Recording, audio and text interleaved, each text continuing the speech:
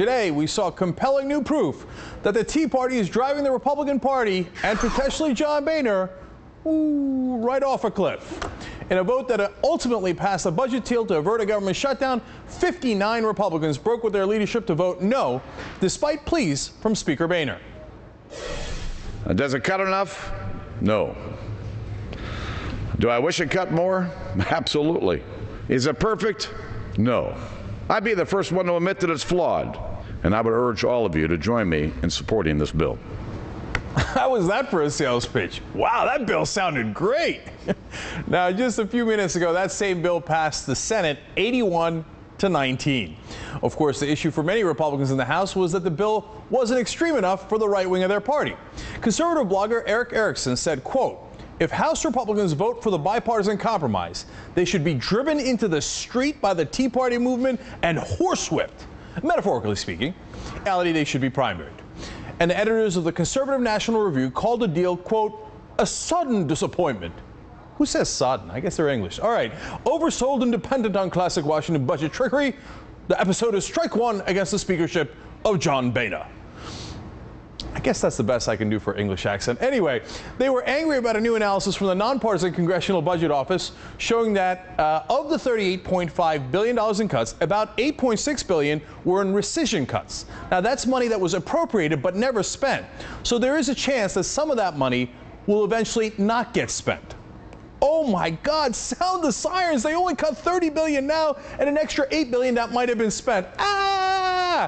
Of course, not nearly enough for the right wing. The CBO also said that only $352 million of the cuts would go into effect this year.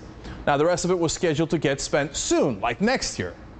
We need to spend now. We wanted $1 trillion. No, $1 bazillion in cuts. And we wanted them cut from next year's budget. No, this year's budget. No, from the budget of 1928.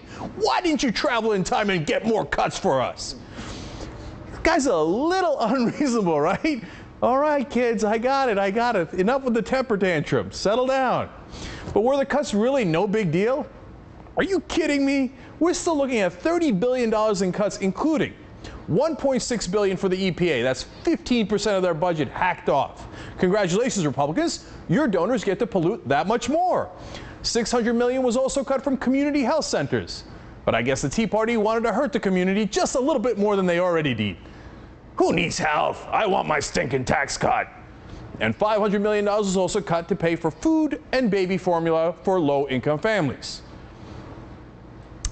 Why don't the babies solve their own formulas?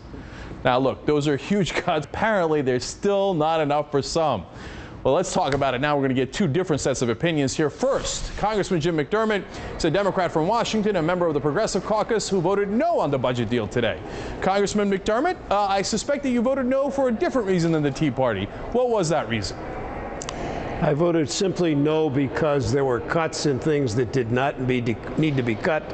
And secondly, what you were seeing out here was the Republican Party demolishing itself in front of everybody. And God and country saw them unable to come up with 218 votes. John Boehner is basically on his knees on the floor begging the Democrats to keep the country rolling because he can't do it. It is simply, I haven't seen anything like that in the 23 years I've been in Congress, where the Speaker came out and couldn't get the votes for something as simple as a continuing resolution. It was really a miserable display, but it showed the fact that these people that are on his team are determined to tear this government apart.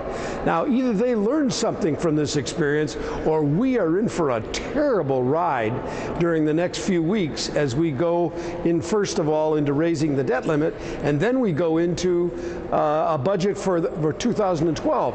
They simply don't understand what government is about. They think you could do it like, I don't know, they're running a 7th-Grader's bank balance the way they run it. And it's terrible what you saw today, but the Democrats pulled it out and kept the country running.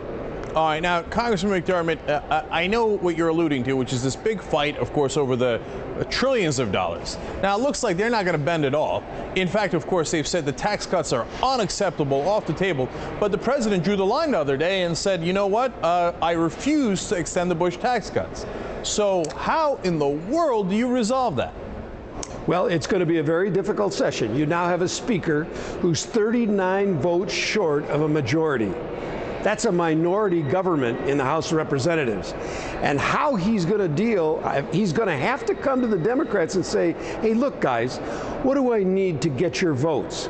And at that point, we should be taking those tax cuts and removing them and bringing this country's budget into balance. It'll be very simple if Boehner will just admit that he can't do it himself and he's got to have the Democrats to help him. So how does Boehner get out of this? Because they say this is strike one, right? And I guess a strike two is coming soon because they're never going to be satisfied. So, and if he goes and works with the Democrats, oh my God, they're going to lose their minds. So is Boehner in an unwinnable spot here? He's in a very, I sometimes almost feel sorry for him because he's got a guy standing behind him, Eric Cantor, who is encouraging the 39 votes that didn't vote for the bill. So he is looking to take over the speakership, and John Boehner's got this guy standing right behind him. It's going to be a very difficult period for him. I don't know how he pulls it out, frankly. And today they also wasted your time by voting on defunding Planned Parenthood and also defunding the health care law, of course, neither of which is going to pass the Senate. Can you just, I must have missed it, how many bills did they vote on creating jobs? I missed them too. I must have blinked someplace. The fact is that they put those bills out there for the right-wingers, for the Tea Party people, and said, we'll give you a vote on these things so we can pass them over to the Senate. And even offering them that kind of CYA bill, they simply couldn't get the votes. This was a day, really was a parade of the clowns, because there was no jobs in any of this. They cut jobs in health centers, they cut jobs at the NIH, they cut jobs at EPA, all things that the American people want and need, and yet they play these games. I do not understand when they're going to start talking about jobs in this economy. All right, Congressman McDermott, one more question for you, and it's a critical one. Now, Boehner's in that tough spot. There's no way he's going to get those Tea Party guys to agree to any compromise, right? So that means, as you were pointing out earlier, Democrats have leverage now because he's got to come to the Democrats. Now, how do the Democrats plan to use that leverage, if at all? Well, first of all, we have to be asked to the table. So far, we've been denied a seat at the table, and as soon as Mr. Boehner wants to come and talk to Speaker or Leader Pelosi, we will have a conversation. There are a lot of ways in which we could use it that would be in the benefit of the American people. I can think of 20 ways I would do it if I were sitting there, but he has to first make the overture, and we'll see if he can do it in the face of what he's got behind him. Yeah, it's going to be an interesting thing to watch. There's no question about that. Congressman Jim McDermott from Washington, thank you so much for joining us. Really appreciate it. You're welcome. All right, now for more on the reaction